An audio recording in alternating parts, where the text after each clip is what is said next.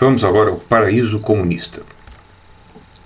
A previsão de uma revolução comunista mundial, como muitas outras previsões de Marx, foi demonstrada falsa pela história. O sistema capitalista se demonstrou capaz de produzir formas de autocontrole essencialmente pela intervenção do Estado na economia, o qual atua de modo a diminuir as disparidades sociais que o mercado, o capital, tende a criar. Mas, como nota Singer, o que hoje nos interessa em Marx é que ele apontou as deficiências inerentes ao capitalismo, mostrando como é possível que o enorme aumento de produtividade frequentemente resulte em que a maioria das pessoas fique em uma situação ainda pior do que antes. Como nota Singer, o que Marx apresenta é um quadro vivo de como uma sociedade pode descontrolar-se a tal ponto que os trabalhadores produzam os instrumentos de sua própria opressão. Finalmente, como seria a sociedade comunista? Marx achava que só os socialistas utópicos acreditam que podem forçar o rumo da história ou prever como o futuro será. Mas ele mesmo tinha algo de utópico em sua visão da sociedade comunista como um paraíso na Terra. Nela, 1. As pessoas não seriam mais forçadas a um papel específico. 2. Não haveria mais diferença entre o interesse particular do indivíduo e o interesse comum da sociedade. Daí porque as pessoas poderiam ser altruístas, como Zoé. 3. O comunismo seria mundial e o Estado desapareceria em sua forma tradicional. Além disso, ambição, egoísmo, inveja, que são motores do sistema capitalista, seriam varridos da vida humana.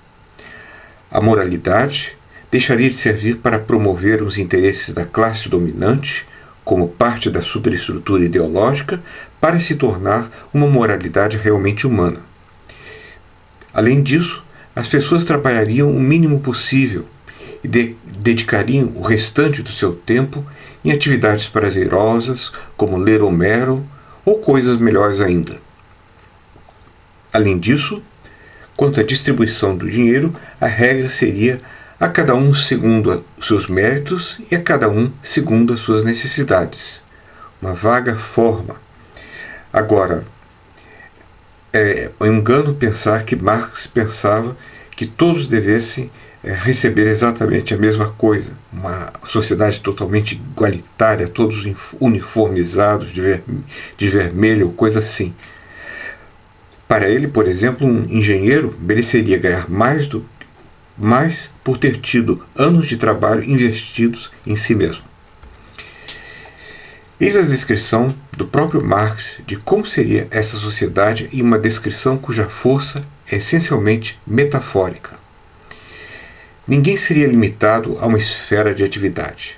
Todo indivíduo poderia se aperfeiçoar no que quisesse. A própria sociedade regularia a produção e seria possível lidar com uma coisa hoje e com outra amanhã. Posso caçar de manhã, pescar à tarde, criar gado ao anoitecer e apresentar minhas próprias opiniões críticas depois do jantar. Posso fazer tudo isso dependendo de como me sinto, sem jamais ter de me tornar um caçador, um pescador, um criador de gado ou um crítico. Alguém notou que um leiteiro, ao anoitecer, um leiteiro inexperiente, não especializado, teria muita dificuldade de criar gado ao anoitecer. Mas a imagem é impressiva e nos sugere, é sugestiva. Como já notamos, Marx nos fez ver que o capitalismo contém uma espécie de irracionalidade coletiva.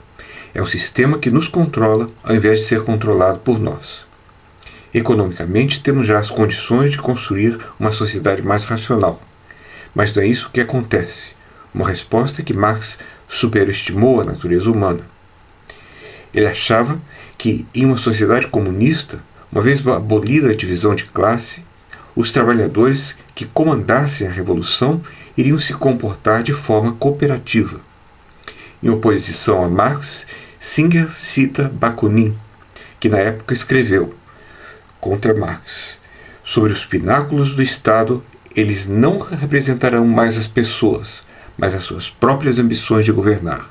E aqueles que duvidam disso não sabem nada sobre a natureza humana. Marx discordou explicitamente dessa passagem, mas Singer nota que a história, infelizmente, deu razão a Bakunin. Freud também notou a mesma coisa. Freud notou que Marx idealizava ingenuamente a natureza humana. O problema é, como nota Singer, que sem bases democráticas verdadeiras, a tendência do socialismo não tem se demonstrado a de resolver o enigma da história, mas a de produzir um novo e muito mais desagradável enigma, uma ditadura. Isso é verdade, mas não responde à questão. Me parece que Marx foi mais além, pois ele percebeu corretamente que em uma outra forma de sociedade, a moralidade humana também encontraria condições de ser transformada, talvez em um futuro distante. Como essa sociedade nunca existiu, as conclusões de Bakunin e Freud são em princípio questionáveis. Em uma sociedade livre, igual, sem escassez e não competitiva, pode bem ser que a natureza humana seja capaz de revelar-se naquilo que ela tem de melhor. Outra vez, os Ués servem de exemplo. Eles não têm chefes, guerreiros ou coisa que o valha. Assim, parece que Marx simplesmente enxergou o papel da estrutura econômica na transformação de nossa natureza social mais longe do que Freud, que afinal de contas era apenas um psicólogo igualmente genial. Abaixo, o Estado Leviatã, pintado por Goya, que junto com Picasso foi talvez o maior pintor espanhol. Depois de Marx, esse já é outro